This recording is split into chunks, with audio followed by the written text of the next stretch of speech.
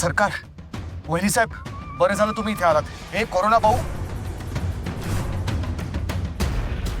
इथे इथे पुढे.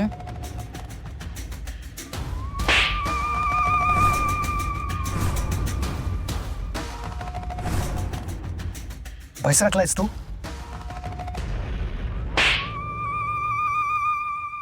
वेडा झालायस? कुठला भूत संचारला अंगात? भूत संचारलंय? काय चाललंय हे? हा, आता मी जे काही म्हणेन त्याला फक्त हो हो करायचं, एक शब्दही बोलायचा नाही. आलं का ध्यानात? बॉस, पण तुम्ही सांगितलं होतं ना ते. काय सांगणार? हा, पुन्हा वेळेचे झटके येऊ लागले की काय ह्याला कळत नाही मला. काय चाललंय तुझं? हा, नाटक कर, वेड्याचं नाटक, कळलं का? चल चल चल चल. काय चाललंय तुझं शिवा? बरं झालं तू इथे आलास, नाहीतर या लोकांचं याने काय हाल केले असते ना कोणास ठाऊक. सरकार, अहो पण कोरोना भाऊंनी यांना बांधून का ठेवलंय? अरे काय नाही, वेड्याचे झटके लागले, दुसरं काय. म्हणून या सगळ्यांना इथे आणलं आणि त्रास देतोय उगाच. भद्रा, चांगल्या डॉक्टरला दाखवून याची ट्रीटमेंट करावी लागेल, नाहीतर वेडा होईल. हा, अरे तुला कळतं का? हा, तुला कळतं? शिवा, तू यांना सोड आणि टेम्पोत बसून यांच्या घरी सोड या लोकांना. थांब एक मिनिट. ठीक आहे, हे पैसे ठेव, हे पैसे ठेव. अरे बिचारे कष्टकरी आहेत, दे त्यांना. या बावळटामुळे उगाच यांना त्रास झाला. सोड तू यांना. तू काय बघतोय? सोड तू यांना.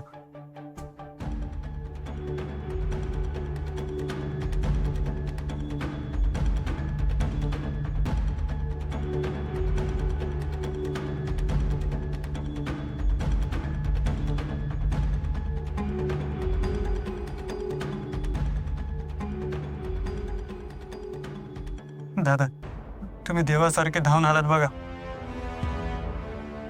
तुमच्यामुळे आमचा जीव वाचला. तुमचे खूप मनापासून आभार. हो, असं काय बोलताय तुम्ही? हे बघा, या जगात माणुसकी जिवंत राहायला पाहिजे, बस. चला चला तो या पुढे या. या आजोबा, या. दोन तास सावकाश घेऊन जा का? हो हो, ठीक आहे, ठीक आहे.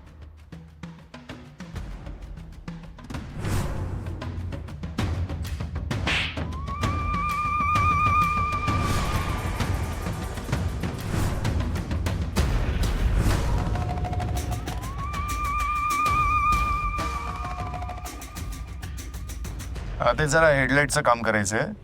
हां, येतो मी थोड्या वेळात, घेऊन येतो गाडी. हां, चालेल. शक्ती,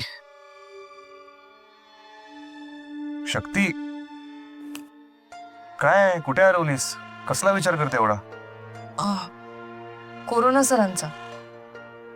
म्हणजे मला ना त्यांचं वागणं खूप सस्पिशियस वाटतंय.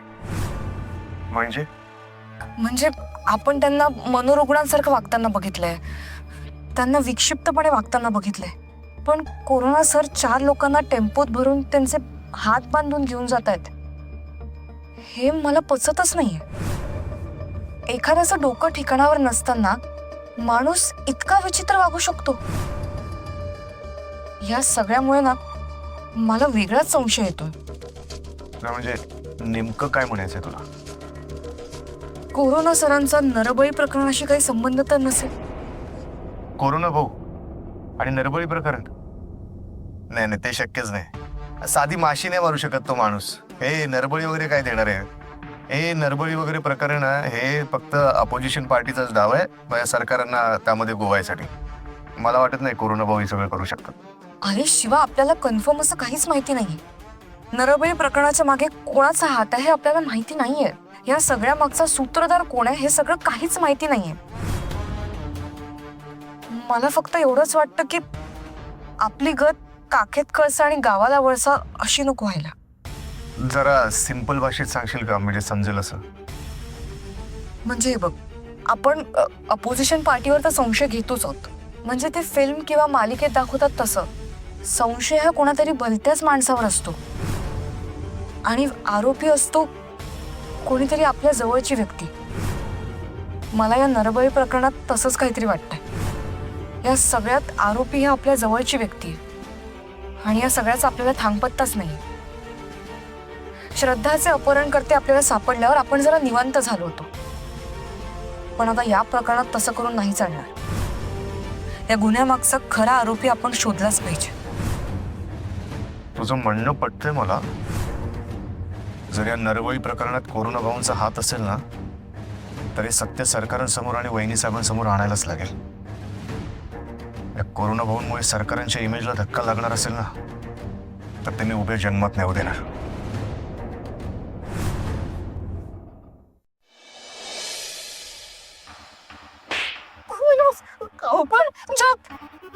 एक शब्द बोल नकोस, नाहीतर दुसरा गालही फोडेन तुझा मी.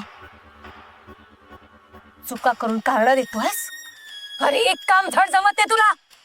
तुझ्या मागोमाग तिथे शिवा पोहोचलाच कसा काय? वहिनी बॉस, खरंच सांगतोय, तो कुठून कसा उगवला तेच मला माहित नाही. माझी याच्यात काही चूक नाही वहिनी बॉस. मला वाटतं काय की तो आहे ना माझा पाठलाग करत असणार. वहिनी बॉस, त्याला बहुतेक आपल्यावरती संशय आलाय आणि तुम्ही त्याला खास बॉडीगार्ड बनवलं ना, तो आता तुमचा घात करणार. वहिनी बॉस, तो घात करायच्या आधी ना त्याचा आपण बळी दिला पाहिजे. अरे काय बोलतोयस तुझं, तुला तरी कळतंय का? तोंड बंद कर तुझं. शिवाचा बळी देऊ, तुझा देऊ का बळी? बॉस, तुमचा राग मी समजू शकतो, पण थोडा विचार करा. त्याला इथं काम असताना तो माझ्या मागे कसा काय आला? हा सांगा ना, कसा काय आला? म्हणजे मी त्या माणसांना उचलणार होतो तिथे पण तो आला. मी त्याला हाकलून लावलं, परत तो माझ्या मागोमाग आला. बॉस, एक गोष्ट सांगतोय, तो आपल्या प्रत्येक कामात अडथळा आणतोय. तो प्रत्येक कामात आडवा येतोय. तुम्ही आठवून बघा बॉस, प्लीज एकदा आठवून बघा. बस करो ना बस. एक शब्द बोलू नकोस तू. तू चालतं, माझ्या समोर उभा राहू नकोस तू. ठीक ठीक आहे.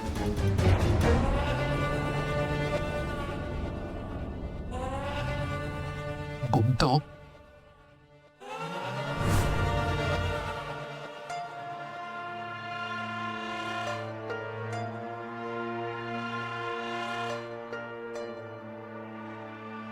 शिवा, भाजी बिघडवलीस. अजिबात चव नाही, मजाच नाही.